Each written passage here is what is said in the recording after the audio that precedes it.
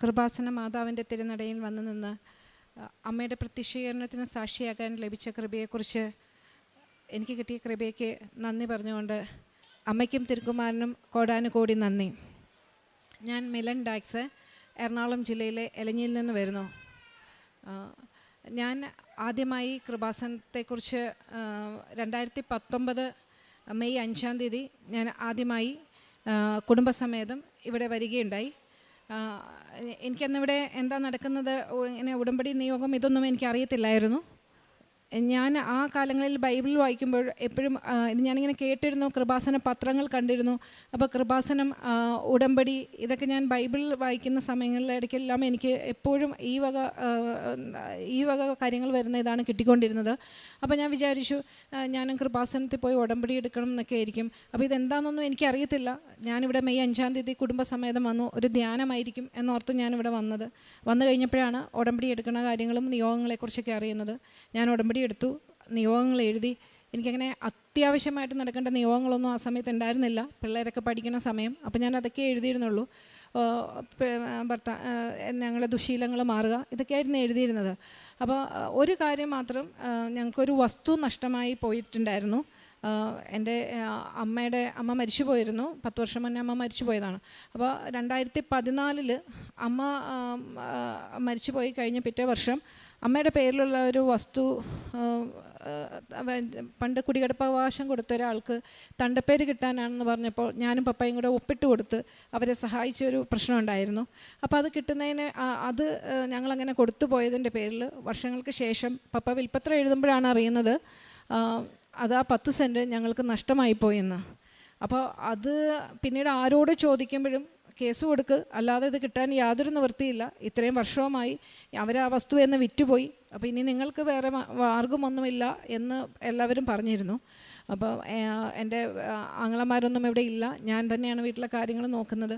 അപ്പോൾ പപ്പായിക്കും ഭയങ്കര വിഷമമായിപ്പോയി. നമ്മൾ മനസ്സാവാച അറിയാതെ ഒരാളെ സഹായിക്കാൻ വേണ്ടി ചെയ്തൊരു കാര്യം ഇങ്ങനെ ആയിപ്പോയല്ലോ എന്നുള്ള ഒരു വിഷമം വന്നു. അപ്പോൾ എന്നോടിത് ആങ്ങളമാരൊക്കെ പറഞ്ഞു, താൻ കേസ് കൊടുക്ക്, ഇത് നടക്കണമെങ്കിൽ കേസ് കൊടുക്കാതെ ഒന്നും രക്ഷപ്പെടില്ല. അപ്പോൾ ഞാൻ ഈ ഉടമ്പടി വെച്ചപ്പോഴേ ഈ ഒരു കാര്യം മാത്രമേ എഴുതിയിരുന്നു. എനിക്ക് എല്ലാം പെട്ടെന്ന് കിട്ടേണ്ട ഒരു ആവശ്യങ്ങളൊന്നും ഇല്ലാതിരുന്നത് കൊണ്ട് ഞാൻ ഉടമ്പടി പ്രാർത്ഥനയിലൊന്നും അത്ര സജീവമല്ലായിരുന്നു. പ്രത്യേകിച്ച് പ്രത്യക്ഷീകരണ പ്രാർത്ഥനയൊന്നും 5:30 എണീറ്റന്ന് ചെല്ലിയിരുന്നില്ല. ഞാൻ എണീക്കുമ്പം ഞാൻ ആ പ്രാർത്ഥന ചെല്ലും, അത്രയ്ക്ക് എനിക്ക് അന്ന് വിശ്വാസം ഉണ്ടായിരുന്നുള്ളൂ. അന്നത്തെ ഇതനുസരിച്ച് എല്ലാ മാസവും ഒരു ചൊവ്വാഴ്ച വന്ന് ധ്യാനം കൂടണം എന്നുണ്ടായിരുന്നു. അതിലായിരുന്നു ഞാൻ കോൺസെൻട്രേറ്റ് ചെയ്തിരുന്നത്. എല്ലാ മാസവും ഞാനിവിടെ ഒന്ന് ധ്യാനം പോകും. എനിക്ക് നിയോഗമൊന്നും സാധിക്കാത്തതിനെക്കുറിച്ച് അങ്ങനെ എനിക്ക് നാളെ കിട്ടേണ്ട ഒരു നിയോഗം ഞാൻ എഴുതിയിട്ടില്ല. പിള്ളേരുടെ പഠിത്തമൊക്കെ നന്നായിട്ട് നടക്കണം, അത് നന്നായിട്ട് നടക്കുന്നുണ്ട്. അപ്പോൾ എനിക്ക് അതിലൊന്നും ഒരു പ്രശ്നങ്ങളൊന്നും തോന്നിയിരുന്നില്ല. പിന്നെ അങ്ങനെ ഞാൻ 9 മാസം വന്ന് ധ്യാനം കൂടി പൊയ്ക്കൊണ്ടിരുന്നു. എനിക്ക് ഇവിടെ വരുമ്പോൾ ഒരു സന്തോഷമൊക്കെ ഉണ്ട്. പിന്നെ എൻ്റെ ഭർത്താവിൻ്റെ പുകവലിശീലമൊക്കെ മാറുന്ന കാര്യത്തിൽ ഞാൻ എഴുതിയിട്ടുണ്ടായിരുന്നെന്ന് തോന്നുന്നു. അപ്പോൾ അതൊന്നും അങ്ങനെ നടന്നില്ലല്ലോ എന്നോർത്ത് എൻ്റെ പ്രാർത്ഥന കുറവാണെന്ന് മാത്രം ഞാൻ വിചാരിച്ചു. അങ്ങനെ പോയി 9 മാസമായി. കൊറോണ വന്നു, കൃപാസനം അടച്ചു, എൻ്റെ പ്രാർത്ഥനയും ഏതാണ്ട് തീർന്നു. പിന്നീട് ഈ കൊറോണ കാലമൊക്കെ കഴിഞ്ഞ് തുടങ്ങിയപ്പോൾ ഞാനൊരു കൃപാസന പത്രം എനിക്ക് കിട്ടിയപ്പോൾ അതിലൊരു മനുഷ്യനെ എഴുതിയിരുന്നു, 15 വർഷമായിട്ട് ഭൂമി സംബന്ധമായ ഒരു പ്രശ്നം ഇതുപോലെ എഴുതി വായിച്ചപ്പോഴാണ് ഞാനോ ഉടമ്പടി വെച്ചിരുന്നതല്ലേ, എനിക്കത് മാതാവിന് ഇത് പ്രാർത്ഥിച്ചാൽ കിട്ടും, മാതാവല്ലാതെ എനിക്കപ്പോൾ ഈ വസ്തുവിനെക്കുറിച്ച് പിന്നീട് ആര് ചോദിച്ചിട്ടുള്ളപ്പോഴും ഞാൻ പറഞ്ഞിട്ടുണ്ട്, ഞാൻ കൃപാസന മാതാവിൻ്റെ അടുത്ത് ഉടമ്പടി വെച്ചിട്ടുണ്ട്, ഒരു വക്കീലിനെ കാണാൻ എനിക്ക് നേരെയില്ല, എൻ്റെ ഭർത്താവ് ഇതിനൊന്നും പോവില്ല. അപ്പോൾ അത് കാരണം ഞാൻ അത് മാതാവ് നോക്കിക്കോളും, മാതാവിന് ഇഷ്ടമുണ്ടെങ്കിൽ എനിക്കത് തരും എന്ന് മാത്രം ഞാൻ ഏത് ഓർക്കത്തിൽ വിളിച്ചു വെച്ചാൽ ആ ഒരു കാര്യം മാത്രമേ, എനിക്ക് പ്രാർത്ഥന കുറവാണെങ്കിലും എനിക്ക് ഉപബോധം മനസ്സിലും ആ ഒരു ചിന്തയുണ്ട്, ഞാനിത് കൃപാസനത്തിൽ ഉടമ്പടി വെച്ചിട്ടുണ്ടെന്നൊരു ചിന്തയും ആ ഒരു ധൈര്യം എനിക്കുണ്ടായിരുന്നു. ഈ വസ്തു പോകില്ല, അത് മാതാവ് തന്നോളും എന്ന് ഞാൻ പറയും. അപ്പോൾ അങ്ങനെ കഴിഞ്ഞ് 2022 നമ്മുടെ കൊറോണയൊക്കെ ഏതാണ്ട് കുറഞ്ഞു കഴിഞ്ഞപ്പം എനിക്കിങ്ങനെ ഓരോ തോന്നലുകൾ, ഞാനിങ്ങനെ ഈ കൃപാസന പത്രം കിട്ടിക്കഴിഞ്ഞപ്പം മുതൽ എൻ്റെ വസ്തുവും അത് ഇതിനു വേണ്ടി ഒന്ന് നോക്കണമല്ലോ എന്നൊക്കെയുള്ള തോന്നലുകളുണ്ടായി. ഞാൻ ഈ കാശുരൂപം വെച്ച് മാത്രമാണ് ഞാൻ എൻ്റെ ഉടമ്പടി കാശുരൂപം എടുത്ത്, അതിന് മുന്നേ തന്നെ എനിക്കിങ്ങനെ യൂട്യൂബ് അടിച്ച് നോക്ക്, ആധാരം, തണ്ടപ്പേര്, ഇതൊക്കെ എനിക്ക് പുതിയ വാക്കുകളായിരുന്നു. അപ്പോൾ അതെല്ലാം ഞാനിങ്ങനെ അടിച്ചു നോക്കുമ്പോൾ അതുമായിട്ട് ബന്ധപ്പെട്ട 2 കൺസൾട്ടൻസികളെ കിട്ടി. ആ കൺസൾട്ടൻസിയിൽ കോട്ടയത്തുള്ള ഒരാളെ വിളിച്ച് ചോദിക്കുമ്പോൾ അവർ പറയുന്നു, ഒരു കാരണവശാലും നിങ്ങൾക്ക് കിട്ടില്ല, നിങ്ങൾ പഠിത്തമൊക്കെ ഉള്ളവരല്ലേ, ഒപ്പിട്ട് കൊടുത്ത സാധനം, രജിസ്റ്റർ ഓഫീസിൽ പോയി ഒപ്പിട്ട് കൊടുത്ത സാധനം നിങ്ങൾക്ക് കിട്ടും, ഇനിയെങ്കിലും അങ്ങനെ മനസ്സിലാക്കിക്കൊള്ളുക, വെറുതെ ഒരു കാര്യം വായിച്ച് കേൾക്കാതെ ഒപ്പിട്ട് കൊടുക്കരുതെന്ന് നിങ്ങൾ മനസ്സിലാക്കണം. ഇത് നിങ്ങൾ കേസ് കൊടുക്ക്, ഒരു വക്കീലിൻ്റെ നമ്പറും തന്നു, വക്കീലിനെ ബന്ധപ്പെട്ടോളാൻ പറഞ്ഞു. അപ്പോൾ എനിക്ക് സങ്കടമായി. പിന്നെ ഞാൻ വേറൊരു നമ്പർ കൂടെ കിട്ടി. ആ നമ്പറിൽ വിളിച്ചു ചോദിച്ചപ്പോൾ അയാൾ എന്നോട് പറഞ്ഞു, നിങ്ങൾ വിഷമിക്കേണ്ട, നിങ്ങൾക്ക് ഈ വസ്തു തിരിച്ചു കിട്ടും. അപ്പോൾ അയാൾ എന്നോട് ഇതിൻ്റെ എല്ലാം ഡീറ്റെയിൽസ് ഫോണിൽ കൂടെ വാട്സപ്പിൽ കൂടെ അയക്കാൻ പറഞ്ഞു. അയച്ചു. എന്താ ചെയ്യേണ്ടതെന്നെല്ലാം അയാളാണ് എനിക്ക്, മാതാവ് അയാളിലൂടെയാണ് പെരുമാറിയെന്ന് എനിക്ക് തോന്നി. കാരണം ഒരിക്കലും എനിക്ക് കിട്ടാത്ത ഒരു ആശ്വാസ വാക്കുകൾ ലഭിച്ചു തുടങ്ങിയത് അവിടെ നിന്നായിരുന്നു. മറ്റേത് ഞാൻ കുറ്റപ്പെടുത്തലുകൾ മാത്രമേ കേട്ടിട്ടുള്ളൂ, എന്ത് ബോധത്തിലാണ് പോയി ഒപ്പിട്ട് കൊടുത്തത് എന്നുള്ളതാണ്. നമ്മളൊരാളെ സഹായിക്കാൻ വേണ്ടി ചെയ്തത്. അപ്പോൾ എൻ്റെ പപ്പ എപ്പോഴും പറയുന്നവരുണ്ട്, നീതിയായത് നടത്തി തരണേ എന്ന് കർത്താവിനോട് പ്രാർത്ഥിക്കണം. അപ്പോൾ എൻ്റെ പപ്പായ്ക്ക് നല്ല വിശ്വാസമുണ്ട്, നമ്മൾ ഒരു തെറ്റ് ചെയ്തതല്ല, ഒരാളെ സഹായിക്കാൻ വേണ്ടി ചെയ്തു കൊടുത്തിട്ട് അതിങ്ങനെ വരുന്നു എന്നുള്ളത് അതൊരിക്കലും. അപ്പം ന്യായമാണെങ്കിലും നീതിയാണെങ്കിലും അത് നടത്തി തരണം എന്ന്, അതായതുകൊണ്ട് എനിക്ക് നല്ല ധൈര്യം ഇത് തിരിച്ചു കിട്ടും എന്നുള്ളത്. അപ്പം അങ്ങനെ ഞാൻ ഈ മലപ്പുറത്തുള്ള ആ വ്യക്തി എന്നോട് പറഞ്ഞു, നിങ്ങൾ വില്ലേജിലൊരു പരാതി കൊടുക്കുക. ഞാൻ പറഞ്ഞു, ആ പരാതിയിൽ ഇതാണ് കാരണം, ഞങ്ങൾ ഒപ്പിട്ട് കൊടുത്തു പോയതുകൊണ്ട് ഈ വസ്തു പോയി, 10 സെൻറ്റ് ഞങ്ങൾക്ക് റെക്കോർഡിക്കലി നഷ്ടമായി, പക്ഷേ വസ്തു അവിടെ കിടപ്പുണ്ട്, ഞങ്ങൾക്ക് കരമടയ്ക്കാൻ പറ്റുന്നില്ല, ഒന്നുമില്ല. അപ്പോൾ പിന്നീട് അത് വിൽക്കാനൊന്നും പറ്റില്ല, അത്യാവശ്യം നല്ല വിലയുള്ള വസ്തുവാണ്. അപ്പം അങ്ങനെ വിഷമിച്ചിരിക്കുമായിരുന്നു. അപ്പോൾ ഇവിടെ ആ ഉടമ്പടി എടുത്തതിൻ്റെ ധൈര്യത്തിൽ ഞാൻ വീണ്ടും, അപ്പോൾ എന്നോട് അയാൾ പറഞ്ഞു, നിങ്ങൾ താലൂക്കിലൊരു പരാതി കൊടുക്കുക, നിങ്ങൾക്കിത് കര അടയ്ക്കാൻ പാകത്തിന് കിട്ടണം എന്ന് പറഞ്ഞു. ഞാൻ കര അടച്ചുകൊണ്ടിരുന്ന വസ്തുവാണ്, ഇപ്പോൾ എനിക്ക് കര അടയ്ക്കാൻ സാധിക്കുന്നില്ല എന്ന് പറഞ്ഞ് പരാതി കൊടുക്കാൻ പറഞ്ഞു. ഞാൻ അങ്ങനെ പരാതിയായിട്ട് ആദ്യം പോകുമ്പോൾ തന്നെ കൃപാസനത്തിൻ്റെ ഉടമ്പടി കാശുരൂപമായിട്ടാണ് ഞാൻ ഒരു 5 പ്രാവശ്യത്തിൽ കൂടുതൽ പിന്നീട് എനിക്ക് വില്ലേജ് ഓഫീസോ താലൂക്ക് ഓഫീസോ ആയിട്ട് പോകേണ്ടി വന്നിട്ട് മാക്സിമം 5 പ്രാവശ്യമാണ് ഞാൻ പോയത്. അതിനു മുന്നേ ഞാൻ പല പ്രാവശ്യം നടന്നിരുന്നതാണ് ഈ ഉടമ്പടി വെക്കുന്നതിനൊക്കെ മുന്നേ. ഇവിടെ വെച്ചു ഞാൻ 5 പ്രാവശ്യം പോയി എന്നല്ല, ഒരു 5 പൈസ എനിക്ക് ഇതിനു വേണ്ടി ആർക്കും കൊടുക്കേണ്ടി വന്നിട്ടില്ല. ഞാൻ എപ്പോൾ പോകുമ്പോഴും കൃപാസനത്തിൻ്റെ ഉടമ്പടി കാശുരൂപ എടുത്ത് എൻ്റെ കയ്യിൽ വെക്കും, ഒരു പത്രവും കൂടെ ഞാൻ കൂടെ എനിക്കൊരു ധൈര്യത്തിനെടുത്ത് വെക്കും.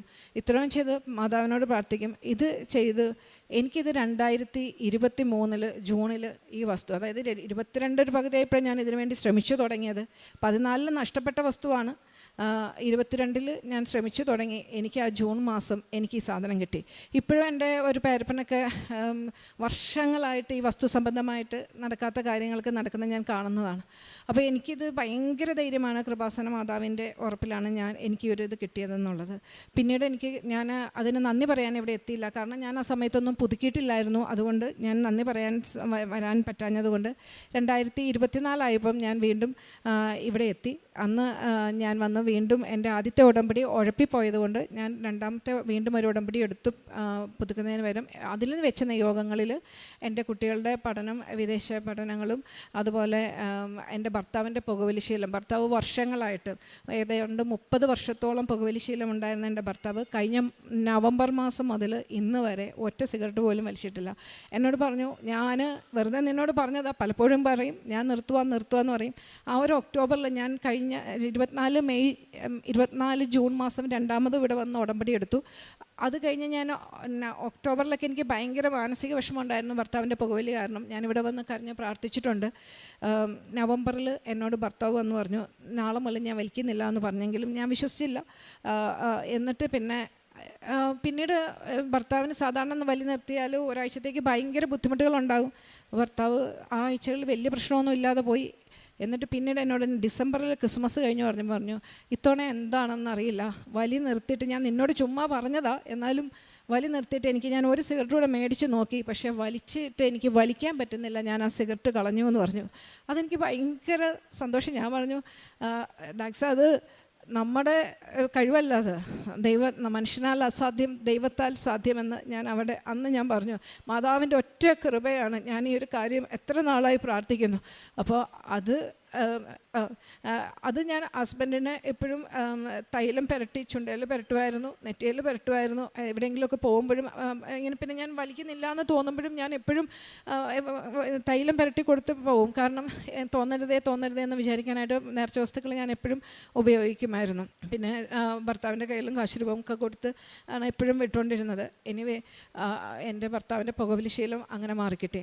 പിന്നെ എൻ്റെ മോളുടെ ജോലി സംബന്ധമായ ഒരു കാര്യമായിരുന്നു. മോള് ഡിഗ്രി കഴിഞ്ഞ് എന്ത് ചെയ്യണം, മാസ്റ്റേഴ്സിന് പുറത്തേക്ക് പോകാൻ നിൽക്കുകയാണ് മോൻ പോയത്. അപ്പോൾ ഇനി മാസ്റ്റേഴ്സിന് പോകണോ അതോ ജോലിക്ക് കയറണോ, ഏതാ വേണ്ടതെന്ന് ഇങ്ങനെ വിഷമിച്ച് നിൽക്കുമ്പോൾ ഞാൻ അവളോട് പറഞ്ഞു, നീ എന്തിനാ വിഷമിക്കുന്നത്, നീ മാതാവിനോട് പ്രാർത്ഥിക്കുക. മാതാവ് എന്നോട് പറയുക, പരിശുദ്ധാത്മാവിനെ അയച്ചു തന്ന് ഏത് വഴിയാണ് ഞാൻ നടക്കണമെന്ന് പരിശുദ്ധാത്മാവിൻ്റെ അഭിഷേകം കിട്ടാനായിട്ട് നീ മാതാവിനോട് പ്രാർത്ഥിക്കുമെന്ന് പറയായിരുന്നു.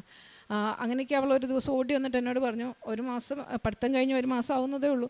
അപ്പോഴത്തേക്ക് അവൾ പറഞ്ഞു, അമ്മ എനിക്ക് ഒരു അമേരിക്കൻ കമ്പനിയിൽ നിന്ന് ജോലിക്കുള്ള ഇത് വന്നിട്ടുണ്ട്, ഓഫർ വന്നിട്ടുണ്ട്. ഇതെനിക്ക് കിട്ടുവാണെങ്കിൽ ഞാൻ കൃപാസനത്തിൽ വന്ന് സാക്ഷ്യം പറയുമെന്ന് പറഞ്ഞു. ഞാൻ കൃപാസനത്തിൻ്റെ ഇത് കേട്ടോണ്ടിരിക്കുക, സാക്ഷ്യങ്ങളിങ്ങനെ കേട്ടോണ്ടിരിക്കുമ്പോഴാണ്, അടുക്കളയിൽ കേട്ടോണ്ടിരിക്കുമ്പോഴാണ് ഇവൾ ഇതിങ്ങനെ ഓടി വന്നൊരു ഇതുപോലെ പറയുന്നത്. അപ്പം ഞാൻ പറഞ്ഞു, എങ്കിൽ നിനക്ക് മിക്കവാറും ഇത് ഉറപ്പാണ്, നീ കൃപാസനത്തിൽ വന്ന് സാക്ഷ്യം പറയാൻ തയ്യാറായിക്കോളാൻ പറഞ്ഞു. ബാക്കി കാര്യങ്ങൾ ഞാൻ മോള് പറഞ്ഞോളും. എൻ്റെ പേര് മിൻറ്റ. ഞാനിപ്പോൾ HR ആയിട്ട് വർക്ക് ചെയ്യുക ബാംഗ്ലൂർ. അപ്പോൾ എനിക്ക് നല്ല ടെൻഷനുള്ള, പക്ഷേ ഇൻ്റർവ്യൂ ദിവസം ഞാൻ പ്രിപ്പയർ ചെയ്ത് ചെന്നു. അമ്മ തന്നുവിട്ട കാശിരൂപവും മാതാവിനോട് പ്രാർത്ഥിച്ചുകൊണ്ട് തന്നെ ഞാൻ കയറിയത്. പക്ഷേ ഇൻ്റർവ്യൂവിൻ്റെ റൂമിൽ കയറിയിട്ട് അദ്ദേഹം ചോദിച്ച എല്ലാ ചോദ്യങ്ങൾക്കുള്ള മറുപടി എനിക്കുണ്ടായിരുന്നു. എന്നുവെച്ചാൽ ഞാൻ ഓൾറെഡി പ്രിപ്പയർ ചെയ്ത എല്ലാ ക്വസ്റ്റ്യനും മാത്രമാണ് ഇൻ്റർവ്യൂവർ എന്നോട് ചോദിച്ചിരുന്നത്. അപ്പോൾ തന്നെ എനിക്ക് നല്ല ബോധ്യം ഉണ്ടായിരുന്നു, ഇത് മാതാവ് പ്രവർത്തിക്കുന്ന അത്ഭുതമാണ്. കാരണം വേറെ ആർക്കും, ഞാൻ പുറത്തിറങ്ങി ബാക്കിയുള്ളവരോടൊക്കെ ചോദിച്ചു, ഒരു 100-200 പിള്ളേരോളം അന്ന് അവിടെ പ്ലേസ്മെൻറ്റിന് ഇരിക്കുന്നുണ്ടായിരുന്നു.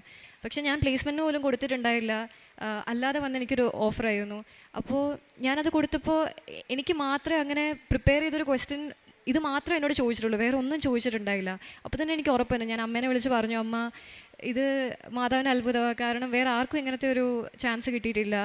അപ്പോൾ അത്രയും പേര് മത്സരിച്ചൊരു ജോലിക്ക് വേണ്ടിയിട്ട് 4 പേരിൽ ഒരാളായിട്ട് കയറാൻ എനിക്കും സാധിച്ചു. അതിന് മാതാവിനും ഈശോയ്ക്കും നന്ദി. കാരുണ്യപ്രവൃത്തികളായിട്ട് ഞാൻ ചെയ്യുന്നത്, വീടില്ലാത്തവർക്ക് വീട് വയ്ക്കാൻ ഞാൻ സഹായിക്കും. പിന്നെ അനാഥാലയങ്ങളിൽ ഭക്ഷണം കൊടുക്കാറുണ്ട്.